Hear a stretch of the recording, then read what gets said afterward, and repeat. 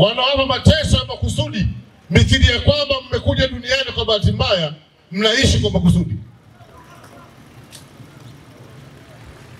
Wakataeni. Wakataeni kwa sababu hawa ndio waliokaa na kutunga sheria ya kipuuzi kabisa, eti maiti nayo imekuwa sehemu ya pato la taifa. Itakuwa ni bure. Wazee, watu wenye mahitaji maalum, watoto wadogo, itakuwa ni wajibu wa serikali kuwahudumia bure. Maana siku hizi imekuwa kumuona daktari unaambiwa mpaka utoe fedha. Cha ajabu hata kipofu asiyeona na yeye anaambiwa akamuone daktari na alipe fedha. Atamuonaje hali ya kuwa yeye haoni?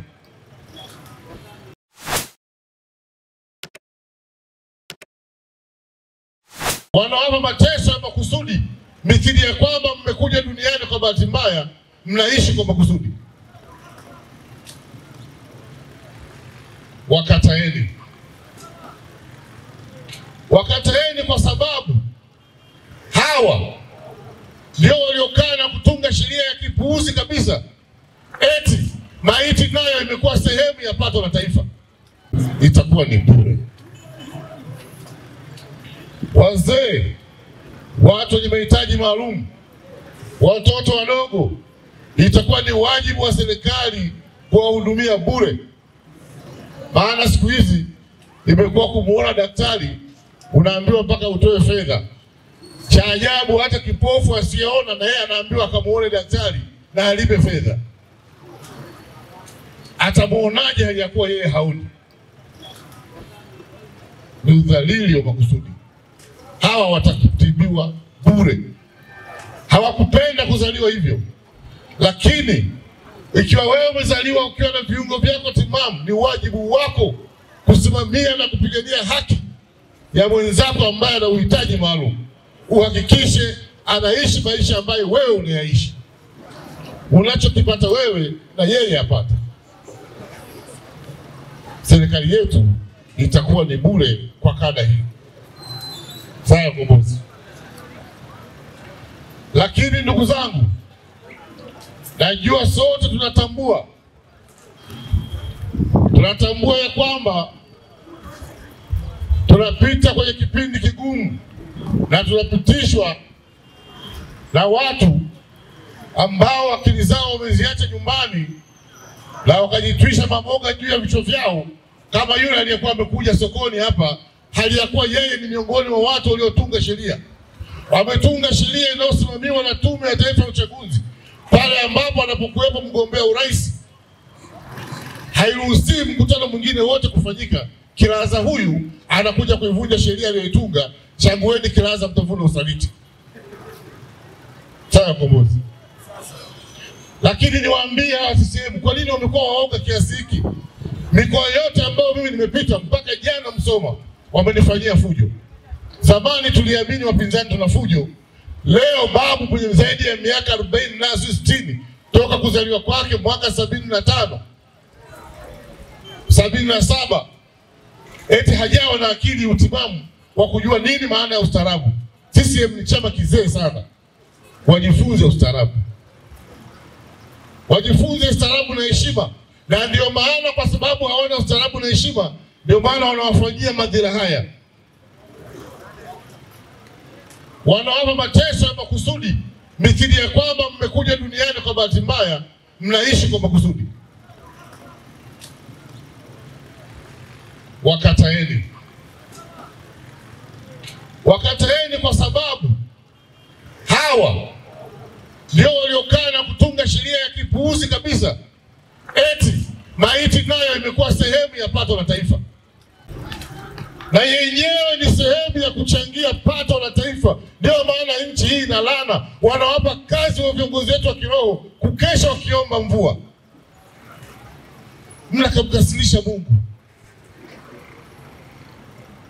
Leo mtu akifiwa anapata misiba miwili. Msiba wa kwanza kapoteza ndugu yake. Msiba wa pili, kama ana uwezo auze kiwanja au kibanda akakomboe mwili wa ndugu yake. Kama hana akakope. akimaliza kumzika ndugu yake anaanza kulia msiba wa kupoteza mali zake. Ndugu zangu, nyinyi wakwe zangu, mnataka CCM wawafanyie nini ili muone au mjue hawawataki? Wawafanyie nini? Wamemdhalilisha mama mjamzito. Watoto wamekuja na mtindo wa bima ya afya. Watu wamekata bima, wanakwenda hospitali, anaambiwa hizi dawa hazipo, kanunue. Bima kazi yake nini ya afya? Je, wanafanya mrejesho wa kurudisha fedha ya dawa unayokwenda kununua, ama ni wizi wa makusudi? Hatuwezi kustahimili na kuvumilia kwenye nchi iliyo huru tukaishi kwa mashaka na mateso. Haya yote wanayafanya kwa sababu wao wameshachoka, na kwa sababu hawawezi kuondoka kimya kimya, wanataka wafukuzwe. Sasa ili wafukuzwe ni kuwanyima kura. Ndio maana wanawafanyia mambo mabaya, wanawaletea makodi makubwa, mara si ushuru, mlipe gharama ya maiti. Siku hizi hata kumwona daktari ulipe. Unamuonaje daktari wakati amesomeshwa kwa kodi zetu? Daktari anapata mkopo kwenye fedha zetu, tunamsomesha sisi. Halafu akipata kazi eti mlipe mfanyakazi wako. Nyinyi ndio ipo serikali mamlaka, nyinyi ndio matajiri. Ndio maana mimi na Samia na wengine 15 tumeacha majumba yetu kuja kuwapigia magoti. Maana yake nyinyi mabosi. Katiba yetu ibara ya 18 imesema serikali itatoa mamlaka yake kutoka wananchi. Maana yake nyinyi ndio mnaotupa mamlaka sisi. Iweje leo mabosi muwalipe wafanyakazi wenu? Wawafanyie nini ili muwachukie, ili muwakatae? Wafanye nini? Wakupigeni viboko? Niliambiwa kule Tabora, askari polisi wanatuonea. Mheshimiwa, ukiingia ndani ya askari ni binadamu kama sisi. Wao wanajua wewe ndio unamchagua yule ambaye anawapa mshahara mdogo usiukidhi mahitaji yao. Kwa hiyo wanakupiga kwa hasira ili upate akili usiwachague wale. Sisi DP tuingie madarakani tuwape mshahara utakao stahili. Na mimi nasema askari wapigeni mpaka wapate akili. Wapigeni sana. Wao hawa ndio wanasababisha. Haiwezekani mtumishi wa umma na yeye anacheza vikoba upatu, na yeye anagongewa mlango, anakwenda kugongewa, kudaiwa fedha na kijumbe. Thamani na heshima yake iko wapi? Iko wapi? Walimu wanakwenda shule na visheti. Mwalimu ambaye anakwenda kumfuta kabasi mwanao anakwenda ajui A, B wala C.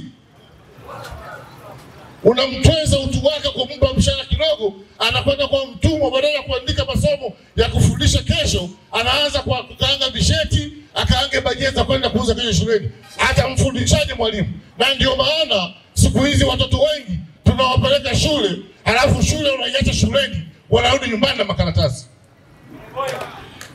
Sasa kumbuzi. Wasomi wengi mnaowaita wasomi wanakwenda shule unaiacha shuleni, wanarudi nyumbani na makaratasi, kwa sababu yeye na mwalimu wote vilaza. Sasa kumbuzi. Serikali ya Democratic Party DP, miongoni mwa mambo itakayofanya katika utawala huu, ikiwa Mungu itampendeza na ninyi mkamchagua, tutafuta kikokotoo. Kikokotoo ni sheria ambayo ilitengenezwa makususi ya kuwasaidia watumishi wa umma wafe haraka, sio kuwasaidia. Haiwezekani mtu anastaafu, ujue mtu akifanya kazi bila kustaafu baada yake mwili umechoka, halafu anategemea kupata kiinua mgongo chake kimsaidie. Unamwambia tutakupa kwenye milioni 50, utachukua 10, 40 tunakuwekea. Hivi kweli mimi na umri wangu wa miaka 50 naye kustaafu 60, niwe sina uwezo wa kutunza fedha yangu mpaka ukanae wewe?